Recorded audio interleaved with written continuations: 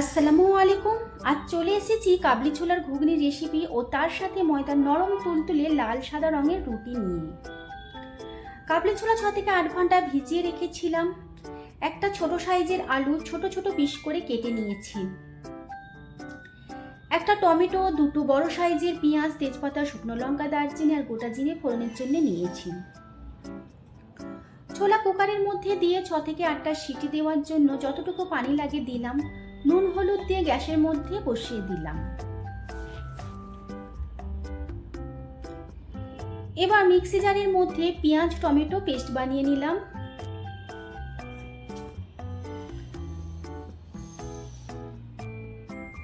এদিকে ফ্রাই প্যানের মধ্যে তেল গরম হলে নুন হলুদ দিয়ে আলু একেবারে লাল করে ভেজে তুলে নিতে হবে।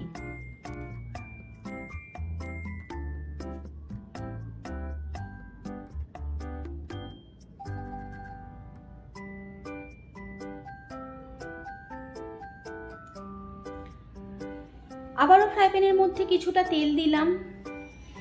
এখানে সর্ষের তেল ব্যবহার করেছি।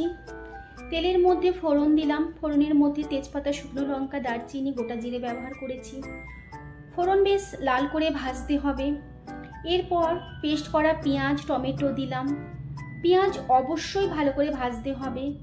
পেঁয়াজের কাঁচা গন্ধ যেন না থাকে। পেঁয়াজ ভাজার সময় 1 চামচ কাশ্মীরি গুঁড়ো লঙ্কা দিলাম। এবার আদা রসুন বাটা দিয়ে ভালো করে পেঁয়াজের সাথে কষিয়ে নিতে হবে।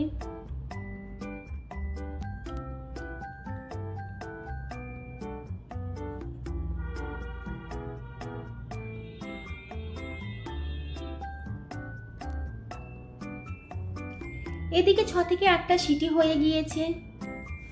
ছোলা খুব ভালোভাবে নরম হয়েছে।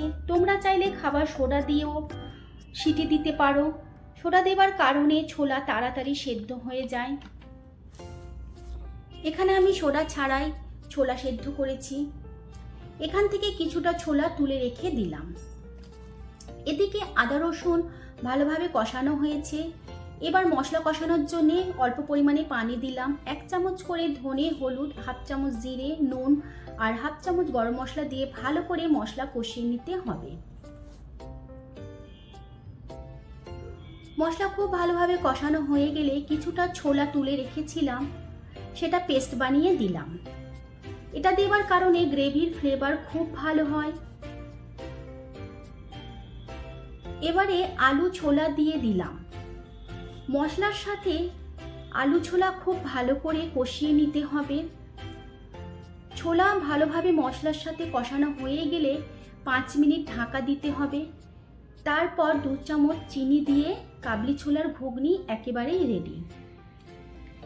এদিকে কিছুটা কুচানো বিট নিয়েছি। এটাকে পেস্ট বানিয়ে নেব। ভালো করে ছাঁকনি দিয়ে ছেঁকে নেব।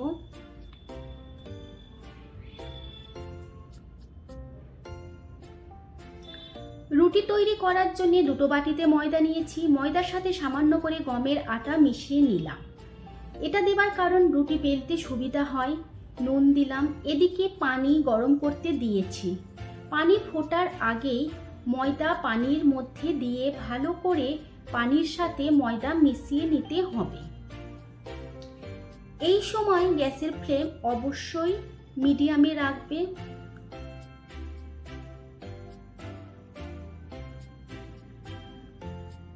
এবার ওই একই জায়গায় বিটের জুস দিয়ে দিলাম। জুস ফোটার আগেই ময়দা দিয়ে দিতে হবে। ভালোভাবে জুসের সাথে ময়দা মাখিয়ে নিতে হবে।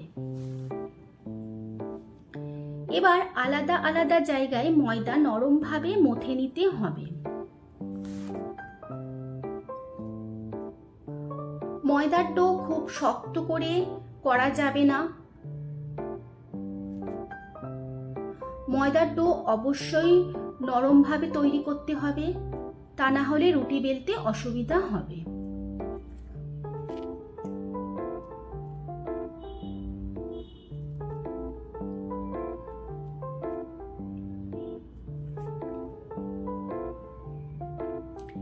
এবার একটা সাদা রুটি বেলে দেখাচ্ছি। দেখো, খুব সহজেই রুটি বেলা হয়ে যাচ্ছে। রুটি বেলতে একটু অসুবিধা হচ্ছে না। রুটি খুব তাড়াতাড়ি বেড়ে যাচ্ছে।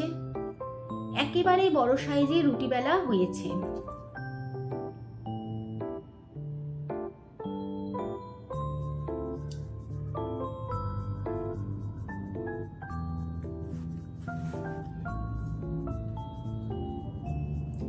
এবার আর একটা রুটি বেলে দেখাচ্ছি।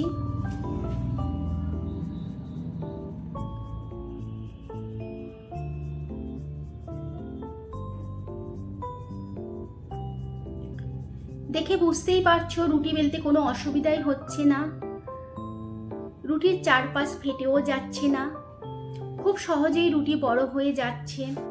আমি যেভাবে খামির করেছি সেইভাবে তোমরাও যদি ফলো করো তাহলে রুটি বেলতে কোনো অসুবিধা হবে না। সবগুলো রুটি বেলা হয়ে গিয়েছে। এবার দেখো রুটি সেঁকার সময় গ্যাসের ফ্লেম খুব জোরে দেবে না, রুটি দেবার সঙ্গে সঙ্গেই একদিক উল্টে দেবে। এবার যখন রুটি ওপরটা চারদিক থেকে ফুলে ফুলে উঠবে ঠিক সেই সময় আবারও উল্টে দেবে। এবার আমি ছোটবেলা থেকে সব সময় আমার মাকে দেখেছি রুটি সেঁকার সময় একটা কাপড় দিয়ে রুটির চারপাশটা চেপে চেপে রুটি ফুলিয়ে দিত। আজ আমিও ঠিক আমার মায়ের মতো রুটি সেঁকে দেখালাম।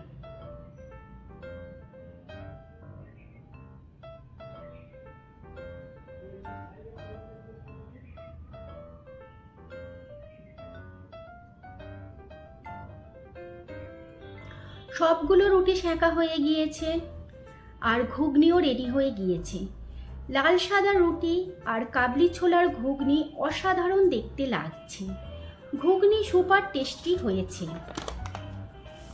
বাড়িতে আসা নতুন কোনো কুটুমের জন্য এইরকম নাস্তা যদি রেডি করা যায় তাহলে মন্দ হবে না।